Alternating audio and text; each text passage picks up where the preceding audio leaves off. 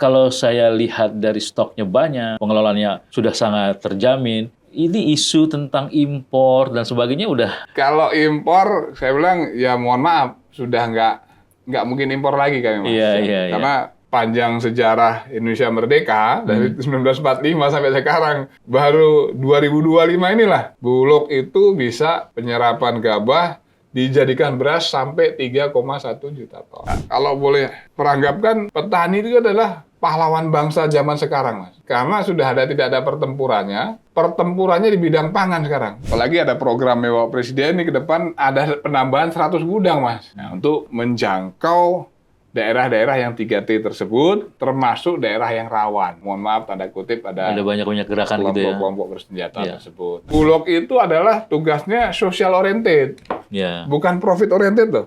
Untuk kemaslahatan rakyat, baik petani sampai dengan konsumen. Insya Allah nanti yang menjadi saksi kita di akhirat adalah butir-butir beras itu yang kami kirim ke seluruh tanah air.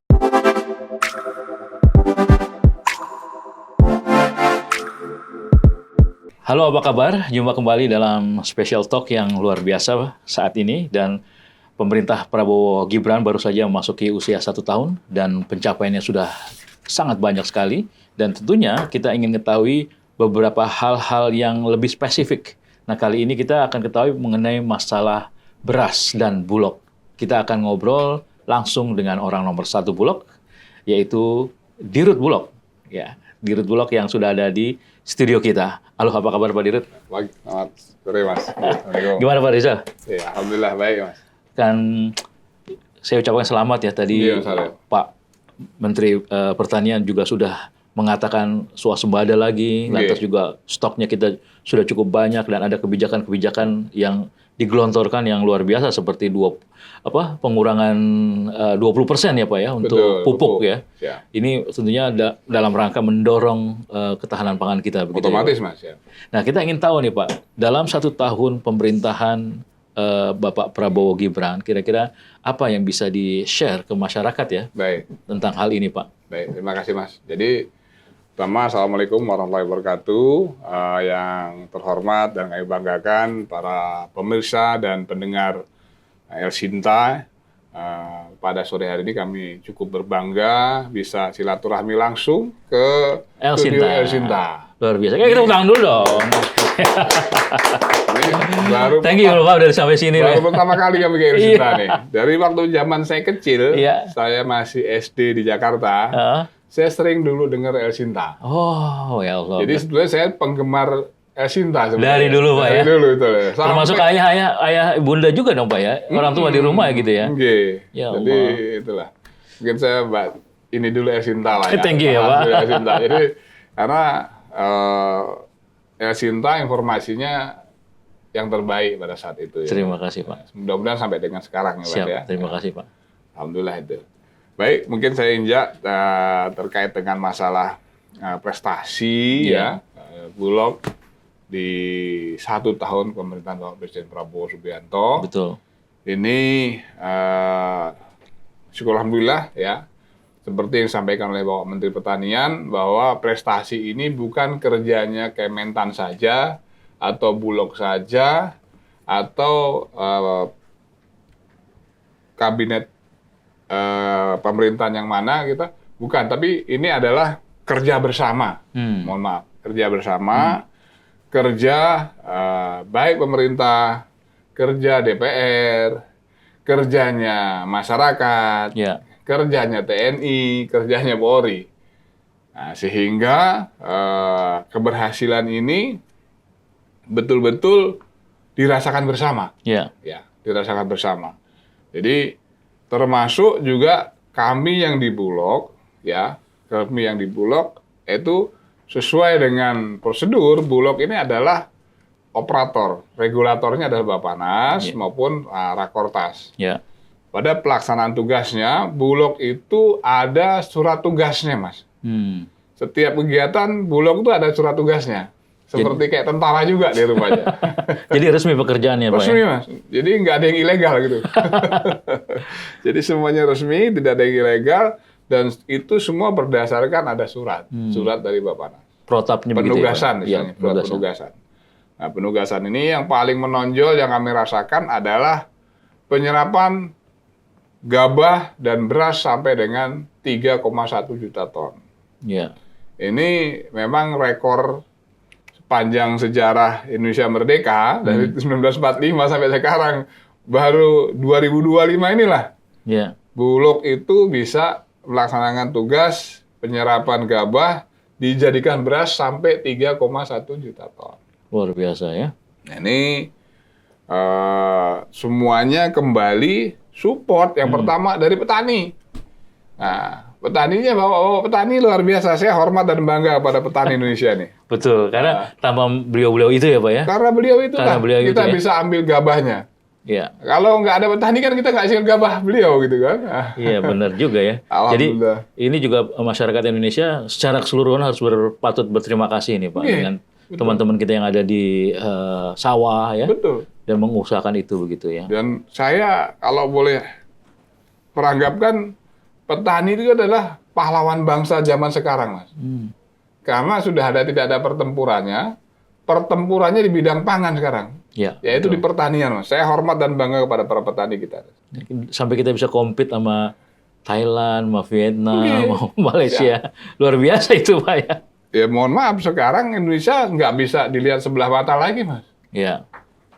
Thailand, bahkan Amerika pun memperhitungkan dengan makin masifnya pertanian di Indonesia ini dipimpin oleh Pak Amran, selaku Kementerian Pertanian, ini luar biasa, Mas.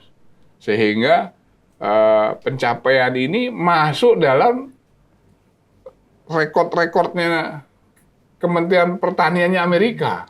Oh, Bahkan mereka catat FAO semua itu. catat semua, Mas. Ya. Ini suatu yang membanggakan dan merupakan legacy loh gitu, Mas. Ya. Sekian puluh tahun baru sekarang tidak seperti itu. Nah, itu yang pertama masalah penyerapan. Sehingga dari hasil serapan itu berdampak kepada stok kita, Mas. Otomatis makin banyak nyerap, stoknya makin banyak kan, Mas. Nah, ini dia. Tantangannya di situ nanti. Nah, itu. Nah, stok makin banyak, stok kami sampai 4,2 juta ton. Nah, 4,2 juta ton itu nggak cukup, Mas, di gudang saya, Mas. Di gudang Bulog itu, Mas. Iya. Sehingga supaya bisa menuhin 4,2 juta ton itu, maka kita harus sewa gudangnya masyarakat. Ya. Nah, makanya saya bilang, ini juga peran dari keberhasilan teman-teman masyarakat yang punya gudang-gudang juga. Jadi ini kerjasama semua ini ya. Oh berarti. iya, siapa? Dan proses penyerapannya pun juga dibantu teman-teman Babinsa, Iya. PPL, Iya. Babin Kamtipmas. Itu nggak lepas dari teman-teman itu yang di lapangan, Mas. Dia kerja Bukan kolektif. Bulog sendiri. Bulog nggak mampu, Mas, kalau suruh segitu. Luar Kalau biasa Bulog berarti sendiri, ya. pasti dibantu. Semua stakeholder yang ada di lapangan itu mensupport, baik pemerintahannya, daerah desa, kecamatan, kabupaten, sampai dengan provinsi, luar biasa juga. Oke Pak, tadi sudah penyerapan, tapi bagaimana tentang ininya Pak, mekanisme yang digunakan agar harga tingkat petani kan stoknya banyak nih. Oke. Terus kan perlu juga ada kebijakan itu. Betul, Mas. Sejauh ini bagaimana Pak? Oke. Jadi sesuai dengan inpres yang diberikan oleh Bapak Presiden kepada kami melalui Kementan dan Bappenas, jadi diwajibkan setiap pembelian gabah petani yang di lapangan itu dengan harga maksimal 6.500 per kilogram. Ini, Mas, dengan kenaikan HPP, harga pembelian gabah itu yang dulu, ya mohon maaf, petani itu dibeli paling 5.100, 5.200. Naik 6.500 nih, wah. Happy ya? Sangat membahagiakan petani. Dan membahagiakan petani ini sehingga berdampak kepada para petani. Petani beserta penggilingan dan lain sebagainya lah. Intinya pertanian semakin menggeliat lah bahasa ini. Karena apa? Sudah ditentukan harga pembelian oleh Bapak Presiden adalah maksimal 6.500. Dan Bapak Presiden juga sudah memberikan margin batasan, Mas. Penjualan setelah jadi gabah diolah jadi beras. Itu untuk harga zona 1 itu harganya adalah dulu 12.500. Iya. Nah, sekarang zona 1 13.500. Zona 1 itu mana aja, Pak? Zona 1 itu kurang lebih. Jawa. Jawa ya? Pasti kan? Terus Lampung, Ya. ya. Terus NTB. Oh, Bali, NTB ya. Nah, Bali enggak, Mas? Bali masuk ke Zona zona 2. 2. Oke. NTB, Mas. Sulawesi Selatan. Oke. Nah, jadi ini zona 1. Nah, zona 2 di luar itu, di luar dari yang tadi saya sebutkan, Ya. ditambah di luar Papua dan Maluku. Itu Maluku dan Zona 3. Maluku zona 3. Oh, gitu. Jadi kayak bagiannya. Kalimantan, Aceh, Sumut, Sumbar, lain sebagainya. Zona 2 ya? Riau itu zona 2. Jadi harganya berapa tadi, Pak? Zona 1 berapa? Zona 1 itu 12.500 pada saat itu. Iya. Dan tiap zona tuh naiknya range-nya antara Rp500. Ya. Seperti itu. Ya. Oke. Nah, itu kan tadi mengenai stok, terus juga situasi yang ada di lapangan. Sekarang kalau berasnya banyak, ya gabahnya banyak, ini kan juga harus menjaga mutunya, Pak. Oke. Nah, gimana Bulog itu memastikan mutu ini? Karena dari wawancara kita yang kemarin tuh kan, Pak, itu bisa kita simpan bahkan 6 bulan, setahun gitu, bahkan sampai dengan 1,5 tahun kalau memang pemeliharaannya bagus gitu kan. Ya, betul. Nah, sekarang bagaimana mutunya, Pak? Baik, untuk terima menjaga itu? kasih. Jadi sebelum menginjak mutu, mungkin saya tadi ngebahas yang harga pembelian Oh, iya, dulu. sama dengan harga HET-nya. Betul. HPP dengan HET. HPP-nya 6.500, HET-nya 12.500. Nah, Iya. sekarang naik 13.500. Jadi intinya Bulog menjaga supaya petani itu dengan pembelian yang setinggi-tingginya, Iya. dengan batas 6.500, dan menjaga nilai penjualan ke konsumen serendah-rendahnya. Ya. Supaya dua-duanya membahagiakan dua-duanya. Lebih happy lah Happy. dua-duanya ya. Dan Jadi- bisa bergulir tuh ya. Jadi kata Pak Mentan, kita harus banyak minum pil sabar. Kenapa? Supaya kalau ini harga petani jatuh, wah kita dimarahin petani. Iya. Tapi kalau nanti harga penjualannya tinggi, kita dimarahin konsumen. Konsumen. Makanya kita harus banyak minum pil sabar katanya. Tapi itu inilah, kita harus jaga betul. Itulah tugasnya Bulog memang. Tugasnya Bulog memang di situ. Bagaimana Menstabilkan ini ya, apa ya? Bulog itu adalah tugasnya social oriented, Ya. bukan profit oriented loh. Nah, ini mungkin yang jadi itu ya, pembeda ya, Pak ya? Iya, Dulu dan beda. sekarang nih ini ya, benar ya? Kita fokus dengan social oriented Ya. untuk kemaslahatan rakyat, baik petani sampai dengan konsumen. Ya. Sehingga situasi dengan seperti itu kan kondusif, nyaman. Negara bisa berkembang, Mas. Bisa maju. Apa istilahnya tuh bergulir ya, Pak ya? Bergulir, Di bawah juga berputar, bergulir. Ya. Jadi ekonomi juga jadi naik. Tumbuh gitu. dia. Ya, itu, Mas. Terus. Ya. Oke. Terus tadi Mas kaitan dengan masalah kualitas. Kualitas, mutu. Jadi, kualitas kita ini di Bulog itu punya yang namanya standar operasional atau SOP lah ya. Ya. SOP pergudangan. Ya. Di gudang itu ada yang namanya standarisasi pemeliharaan harian. Itu ada jelas apa yang dikerjain oleh Oh, ada SOP-nya, Pak. kerani. Istilahnya kalau kita bilang kerani. Apa itu? Kerani itu menjaga gudang. Kerani gudang 1, kerani gudang 2, kerani gudang 3. Nah, nanti masing-masing kerani-kerani ini bertanggung jawab kepada kepala gudang. Iya, iya. Nah, itu ada penjaga pemeliharaan tingkat harian, tingkat mingguan, tingkat bulanan, tingkat triwulan, bahkan semester. Nah, tujuannya pemeliharaan ini, masing-masing pemeliharaan itu ada langkah-langkahnya, Mas. Kayak pemeliharaan harian, contoh nih. Ya. Pertama, dia pagi harus buka gudang. Supaya Suhu ya. suhunya juga sudah terkendali, supaya beras itu juga fresh gitu loh. Ya, ya. Kayak rumah kan kalau dibuka kan Ya. seger rumahnya. Gudangnya juga Sirkulasi seger, udaranya sirkulasi masuk udara. ya. Nah, setelah dia buka gudang, dia bersihkan gudang tuh. Baik yang di luar maupun di dalam. Terus nanti mengecek suhu yang ada di Apa, Pak? gudang. Oh, Ada dalam gudang. termometer di dalam itu, ada termometer, kelembapan dan lain sebagainya ada di situ. Jadi ilmiah ya berarti ya? Oh iya, Mas. Nggak sembarangan. Dia harus lihat itu, oh ini standar, atau oh mengalami penurunan, ini harus ngapain, dia tahu. Nah, setelah itu baru bersih-bersih, mengamati kondisi gudang. Ada yang bocor nggak sih? Iya, Ada yang rusak nggak sih? Ada tadi malah ada tikus masuk apa enggak? Kayak gitu. Iya. Nah, kalau setelah itu harus dia dalemin apa yang dilakukan, gitu. Nah, kalau dalam mingguan, nanti setelah itu ya, tiap hari dia harus brief tuh. Sore, jam 3, jam 4 itu biasanya tutup gudang. Tutup gudang supaya aman, nanti sebelum pulang dia briefing sama kepala gudang. Pak, tadi di gudang 1 saya temuin ini A, B, C, D, E. Ada listnya ya. Ada buku laporan hariannya. Nah, dari situ nanti kepala gudang memberikan langkah tindakan lanjutan. Oh, kamu besok harus gini. Nah, gitu. Ada follow up-nya. Nah, besoknya ada laporannya lagi. Nah, itu setelah itu minggu evaluasi. Ya. Kemudian nanti pemberian mingguan. Mingguan tuh ngapain aja sih? Nah, biasanya mingguan itu langsung cek fisik berasnya. Masuk dan sebagainya, cek fisik berasnya. Berarti ngambil sampel gitu ya Pak ya? Ya, ada tahapan-tahapannya. Sampai nanti fumigasi. Oh, untuk jamur ya? Untuk kalau ada jamur, ada kutu dan sebagainya, itu lakukan fumigasi. Kalau saya perintahkan sekarang, dulu kan fumigasi harus per 3 bulan sekali. Saya bilang nggak usah nunggu 3 bulan sekali. Kalau memang ada ada indikasi segera. Iya, betul. Nanti kalau tunggu 3 bulan, satu gudang udah kutu semua nanti. Saya lakukan itu sekarang. Sehingga itu lebih menjamin mutu ya.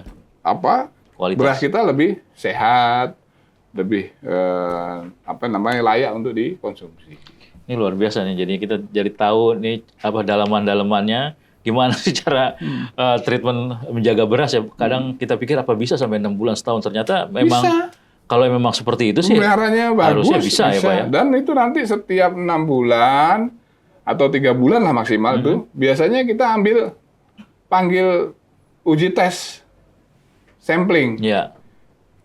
Colok tes, masih layak apa enggak? Itu ada alatnya. Nanti kita ambil, kirim di lab. Oh, sampai lab Pak ya? Iya. Nanti setelah di lab dinyatakan masih layak, oke aman. Kalau nggak layak, coret ya. Turunkan. Apa langkahnya? Treatmentnya apa gitu? Kalau penurunan mutu, ya, oh dia harus di rise to rise lagi, dibersihkan lagi bisa, atau di fumigasi, atau dijadikan pakan ternak kalau memang sudah tidak layak. Seperti itu. Baik Pak. Nah kalau gitu bagaimana Bulog mengelola cadangannya Pak di tengah peningkatan suplai ini? Kan udah ada suplai masuk, terus juga bisa menjaganya, stoknya juga jadi banyak gitu kan. Kita gimana tak menjaga suplai tersebut, dan apakah ada rencana untuk menambah volume target ini sendiri Pak? Baik. Cadangan beras pemerintah. Jadi sekarang kan sudah dari 4,2 tinggal 3,8 nih Mas. Iya. Nah 3,8 itu ini untuk memang cadangan kita ya. Yang namanya perberasan tuh ada grafiknya Mas gini. Ada kayak ombaknya gitu Mas. Nah, biasanya kalau di bulan Januari, Februari itu nggak usah Januari. Nanti November, Desember tuh memang sudah tidak musim panen. Nah, panen ini sekarang ini. Sekarang nih bulan September, Oktober tuh sempat panen ya, panen. Nanti bulan November sudah mulai tidak ada panen sampai jadi turun lagi ya. Februari kosong tuh turun.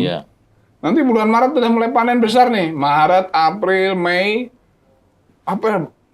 panen besar. Nah, kita tugasnya pada saat panen besar nyerap. Nah, pada saat kosong nggak ada panen, musim tanam itu kita menggelontorkan beras, Mas. Oh, jadi ada waktu-waktunya ya? Enggak. Begitu. Yang pada saat turun grafiknya itu kita gelontorkan beras sebesar-besarnya, sebanyak-banyaknya agar harga pasar tetap terjamin. Terus kemudian selain itu juga untuk berasnya berputar. Iya, benar. Berarti berasnya yang diputar, yang disuplai itu fresh terus ya, Pak ya? Iya. Begitu. Jadi pada turun grafiknya kita sebanyak-banyaknya. Iya. ke daerah-daerah sesuai dengan kebutuhannya ya. Iya, betul. Nanti kebanyakan juga banjir juga, bahaya itu. Jadi pada saat naik, produksinya kita menyerap punya petani sebanyak-banyaknya. Sesuai dengan target yang diberikan oleh pemerintah. Iya. Nah, nanti bulan Maret, April, Mei selesai panen, Juni sudah mulai turun lagi tuh Mas. Iya. Mulai turun. Juni, Juli, Agustus, turun tuh. Nanti September baru panen lagi, Oktober gitu terus. Naik turun gitu. Nah, ini gimana Pak cara mengkoordinasikannya di lapangan dengan sistem-sistem seperti ini sehingga tetap terjaga ya, supply-nya terjaga, terus juga masuk inflow-nya juga terjaga. Tadi kalau kualitas sudah dijelaskan. Bagaimana sih Pak di lapangan itu bisa mengkoordinasikan itu? Apakah ada kayak misalnya one system, oh beras di sana kurang, berarti langsung arahin ke sana. Oh, beras di sana kurang, arahin ke sana. Ini gimana sih Pak untuk menjaga turnover ini? Terima kasih. Nah, bulan tadi saya baru ketemu sama Pak Menteri Perekonomian, Oh ya. Pak Hartarto. Beliau kan pakar ekonomi kan, dan beliau tokoh ekonomi dan pengusaha juga kan. Iya. Nah, beliau tadi memberikan saran. Jadi ke depan kita buat yang lebih smooth lagi. Nah, kalau yang selama ini kan Bulog itu berdasarkan perintah atau surat tugas dari Bapanas. Iya. Jadi Bapanas itu tugasnya memantau dengan kami di lapangan. Anak-anak kan tiap hari laporan. Bukan hanya laporan gudang, Mas. Laporan beras, tapi termasuk harga pasar di lapangan tuh anak-anak juga laporan. Oh gitu Pak ya. Ada yang mantau. Jangan kan pasar yang di Joglo, Kramajati, pasar yang ada di Wamena, pasar yang ada di Banda Aceh itu termonitor sama anak-anak, harganya naik turun tiap hari itu dilaporin. Iya. Nah, apabila ada kenaikan mereka lapor. Nah, saya lapor juga ke Bapanas. Bapanas juga monitor dengan SP2KP-nya Kemendagri. Kalau memang ada kenaikan, nanti Bapanas akan ngasih perintah. Sana provinsi ini naik. Nah, kita intervensi pasar seperti itu, Mas. Jadi sebenarnya data-data ini sangat real ya Pak ya. Real. Yang di lapangan itu yang dilaporkan. Jadi Real. treatment untuk menutup atau mengisi dan sebagainya memang sesuai dengan kondisi di lapangan. Sesuai kondisi di lapangan. Nah, ini kemarin kan masih kita di bawah Bapanas nih sampai sekarang. Nah, mudah-mudahan ke depan kalau memang nanti ada proses perubahan kelembagaan dan sebagainya, harapannya dari beliau-beliau itu, Bulog langsung bisa intervensi langsung sendiri. Ah, ya, Nah, ya, itu yang supaya, karena kenaikan harga itu tidak menunggu hari hitungannya. Betul. Hitungannya detik, menit, dan detik itu biasanya. Jadi ada arah ke sana Pak ya, Bulog akan bisa langsung merespon gitu ya? Ya, kemungkinan sebesar seperti itu. Karena memang tuntutan di di Lapangan. negara kita Ya, ini di lapangan, karena kita negara-negaranya kepulauan, Ya. ini kan istilahnya obstacle-nya lebih sulit. Dan tingkat pengambilan keputusan juga harus cepat ya Pak Harus ya? cepat, harus quick respon lah respon. bahasanya seperti itu. Nah, harapan kita ke depan seperti itu, dan ini sedang proses digodok oleh Komisi 4, mudah-mudahan direstui dan disetujui oleh Bapak Presiden. Kayaknya sih memang harus ada Pak. Ini kan diskresi ya Pak ya. Situasi di lapangan kan kadang-kadang kan up and down begitu ya, tanpa terduga-duga begitu. Jadi kalau saya lihat dari stoknya banyak, terus pengelolaannya sudah sangat terjamin, ini isu tentang impor dan sebagainya udah iya Mas. udah nggak ada dong Pak ya berarti ya. Kalau impor, saya bilang ya mohon maaf, sudah nggak mungkin impor lagi kami Mas. Iya. Karena sesuai perintah dari Bapak Presiden, sesuai dengan asa cita beliau juga kemandirian pangan, energi dan air. Jadi yang namanya kemandirian kan kita harus swasembada. Persis. Nah, dan ini dibuktikan oleh kerja kerasnya Kementerian Pertanian dan disambut baik dengan Bulog dan lain sebagainya. Alhamdulillah yang kita ditargetkan 4 tahun oleh Bapak Presiden, 1 tahun bisa tembus Pak.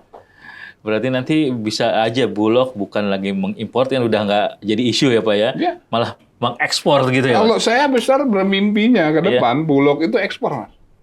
Mimpi besarnya Bulog itu ekspor Mas. Amin gitu ya Pak ya. Mimpi besar kami ekspor Mas, bukan hanya untuk dalam negeri. Dan Pak, lalu sekarang ini apa tantangan terbesar dalam pengelolaan, distribusi logistik, juga kabarnya juga ada komoditas-komoditas lain yang perlu ada fokus dari Bulog ya Pak ke wilayah-wilayah produksi yang harus diperhatikan begitu Pak. Betul, siap. Seperti tadi saya sampaikan ke teman-teman pendengar maupun pemirsa Hersinta Iya. bahwa negara kita ini kepulauan. Betul. Negara kita kepulauan ini yang menjadi istilahnya kita handicap lah kalau kayak kita main golf handicapnya. betul. Beda kayak negara yang daratan kayak Cina, Iya. kayak Amerika, Ini one land gitu aja kan. kayak India. Bulognya India itu punya kereta, Mas. Oh, untuk distribusi ya? Inje. Jadi gudang Bulognya India itu, depan gudang Bulognya itu rel kereta. Oh, jadi cepet ya Dia punya kereta. untuk distribusinya. Distribusinya dia pakai kereta deh. Cup. Nah, Kalau kita kepulauan. kita kan kepulauan. Iya, iya. Nah, dengan kepulauan ini kan Perlu handicapnya makin tinggi, Mas. Ya. Jadi jangan disamakan rata. Nggak di sana seperti ini nih. Ya di sana kan dataran, Iya. bisa ditempuh. Naik sepeda motor pun tembus gitu kan. Negara kita nggak bisa.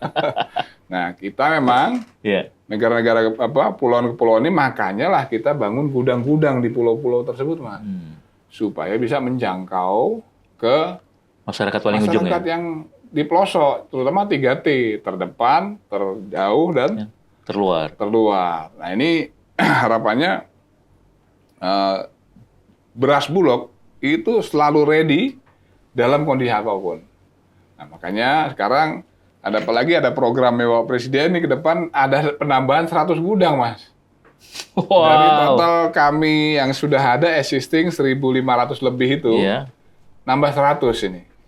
Wilayahnya disebar lagi Pak ya? Wilayahnya di seluruh tanah air, khususnya yang kabupaten kota yang belum ada gudang Bulognya. Lebih masuk berarti ya? Nah, jadi ini lebih kepada kalau saya bersaran ini ke pulau-pulau yang terdepan dulu. Sehingga mereka ini kan, mohon maaf, kadang kalau lagi mudah musim barat, susah nembus ke sana, Mas. Ombaknya 7 meter, Mas.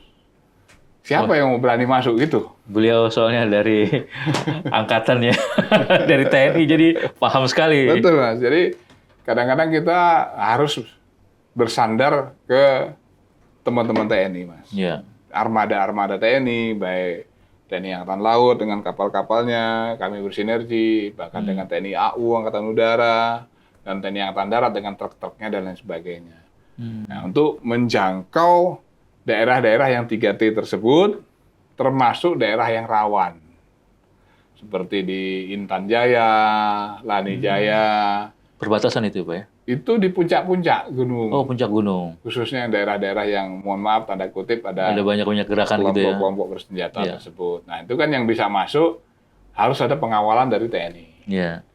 Kami sudah koordinasi, khusus yang di Papua dengan Pangdam, para Pangdam, dengan Kapolda. Bagus itu koordinasinya Pak. Bagus, dengan Pangkogap Wilhan khususnya. Dan Pangkogap Wilhannya lighting saya, Mas Bambang. Jadi, gampang. Oke, bro.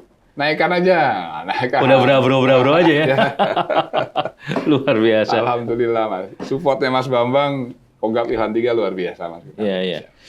Pak, terus Pak, di ujung wawancara ini kita juga mau tanya mengenai itu Pak. Selain beras, apakah Bulog memiliki rencana untuk pengadaan dan juga stabilisasi harga komoditas pangan strategis ya, misalnya jagung, kedelai, atau gula ya, secara lebih masif untuk memperkuat ketahanan pangan yang lebih oke lagi Pak di Ya, kita betul ini. Mas. Siap. Untuk sementara memang Bulog ini fokus dengan beras dan jagung Ya. yang sedang kita lakukan penyerapan, namun penyimpanan dan sebagainya, termasuk dengan operasi pasarnya. Namun Bulog juga sekarang, bukan sekarang saja, tapi terdahulu juga ada, yaitu terkait dengan minyak goreng dan gula pasir. Minyak goreng dan gula pasir. Gula pasir. Nah, khusus minyak goreng dan gula pasir, kita tidak menyerap ataupun tidak ini, tapi kita dapat DMO-nya, Mas. DMO dari produsen-produsen minyak yang melaksanakan eksportir ke luar negeri itu kan 20% wajib ke negara ya. diberikan ke lokal. Lokal. Sehingga DMO itu yang ngatur adalah Kementerian Perdagangan. Nah, itu kita diberi stok oleh Kementerian Perdagangan itu ada pagunya, Mas, kita dapat. Intinya punya gula dan minyak goreng Dan beras. untuk sewaktu-waktu apabila ada kenaikan harga minyak goreng dan gula ini bisa melakukan operasi pasar, Mas. Untuk stabilisasi ya Pak ya? Nggih, tapi tidak sebanyak beras dan jagung. Ini jagung lagi banyak-banyaknya juga katanya ya? Nggih, jagung nih karena ada agak lagi naik nih harganya karena berdampak kepada, mohon maaf, biasanya ibu-ibu yang ngerasain nih, yang biasa belanja di pasar. Contohnya telur sama daging ayam. Ini agak naik sekarang. Nah, karena agak naik di hasil rapat evaluasi kenaikan harga inflasi oleh Pak Mendagri, kemarin disampaikan ada 189 kabupaten kota yang harga telur dan daging agak naik. Nah, oleh karena itu kemarin kami dapat perintah langsung dari Bappenas untuk menyalurkan jagung SPHP, Mas. Jadi bukan beras SPHP, tapi jagung SPHP kepada peternak-peternak yang ada di 189 kabupaten itu, Mas. Untuk pakannya maksudnya, Pak? Pakannya, Mas. Supaya apa? Menurunkan harga produksinya ya.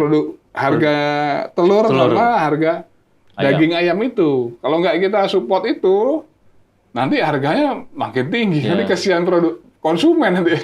Karena petani juga beli pakan dengan harga tinggi ya Pak ya.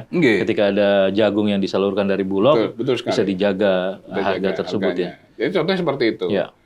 Nah, termasuk juga kalau ada kenaikan minyak goreng atau gula pasir, kita bisa intervensi seperti itu. Ya. Terakhir Pak, sebenarnya apa sih Pak yang mau di-achieve dari Bulog ini, dari kerja yang luar biasa ini, melibatkan seluruh stakeholder banyak ya, kementerian, lembaga, pemerintah, TNI, Polri. Sebenarnya apa Pak yang Bapak ingin gapai gitu ya ke depannya? Baik, terima kasih. Kami Bulog berkomitmen itu memiliki 3 pilar komitmennya. Yang pertama adalah menjaga keterjangkauan, ketersediaan, dan stabilitas harga. Nah, kaitan dengan 3 pilar ini, Bulog harus bisa melakukan ini. Nah, untuk melakukan 3 ini, Bulog harus bisa memberikan pelayanan yang terbaik kepada masyarakat. Dengan kepada petani memberikan harga yang sebaik-baiknya, setinggi-tingginya dengan harga 6.500, dan kepada konsumen memberikan harga serendah-rendahnya sesuai dengan HET di masing-masing zona. Ini harapannya konsumen, masyarakat, petani itu happy semua, Mas. Nah, kami semua niatkan tugas kami dengan ibadah. Ini dia. Harapan kami bukan hanya untuk mendapatkan keuntungan di dunia, Mas, tapi di akhirat juga kita mendapatkan keuntungan tuh. Istilah kami kalau di kantor, kita nih Bulog sedang bikin ATM di akhirat. Amin. Kalau ATM di dunia habis, Mas. Iya. Tapi kalau ATM di akhirat nggak ada habisnya, itu Mas. Digesek berapa beribu-ribu kali pun nggak akan habis. Karena ibadah kita. Anggap tugas kita ini menjadi ibadah. Nah, dan insya Allah nanti yang menjadi saksi kita di akhirat adalah butir-butir beras itu yang kami kirim ke seluruh tanah air. Luar biasa, Pak. Siap, Mas. Jadi tadi dibilangnya orientasinya bukan hanya, apa tadi di awal Pak, orientasinya bukan hanya komersial, tapi juga sosial ya Pak ya? Sosial oriented, Mas. Oriented, luar biasa. Nah itu, terus kemudian juga Bulog juga pengen ke depan lebih besar, lebih powerful, lebih dipercaya, dan lebih optimal dalam memberikan pelayanan yang terbaik untuk masyarakat. Semata-mata untuk pelayanan masyarakat. Pelayanan pada masyarakat. Kita public service, Mas. Public service. Kami pelayannya masyarakat. Dan itu yang dititahkan oleh Pak Prabowo ya? Siap, kepada Bulog ya? Betul. Diwanti-wanti banget ini. Betul. Rakyat pasal 33 gitu ya? Pasal 33, Mas. Dan jangan macam-macam. Tidak boleh ada yang korupsi, Mas. Ini dia. Wah, kalau bicara itu panjang lagi, tapi menarik bahwa apa yang dilakukan oleh pemerintah saat ini kan udah menggasak itu semua ya. Mudah-mudahan konsisten, Pak. Betul, Mas. Jadi, mohon doanya, Mas, kami. Semuanya untuk rakyat begitu, Pak. Siap, Mas. Baik, Pak Rizal, terima kasih sekali. Betul, Mas. Waktunya untuk El Sinta sudah datang ke El Sinta jauh-jauh untuk pendengar semua. Terima kasih para pendengar dan pemirsa El Sinta. Baik, terima kasih atas atensi teman-teman semua, netizen, pendengar. dalam menyimak acara wawancara khusus kita dengan Dirut Perumbulok, Pak Ahmad Rizal Ramdhani. Kita akan mendapatkan sesuatu yang pencerahan yang luar biasa.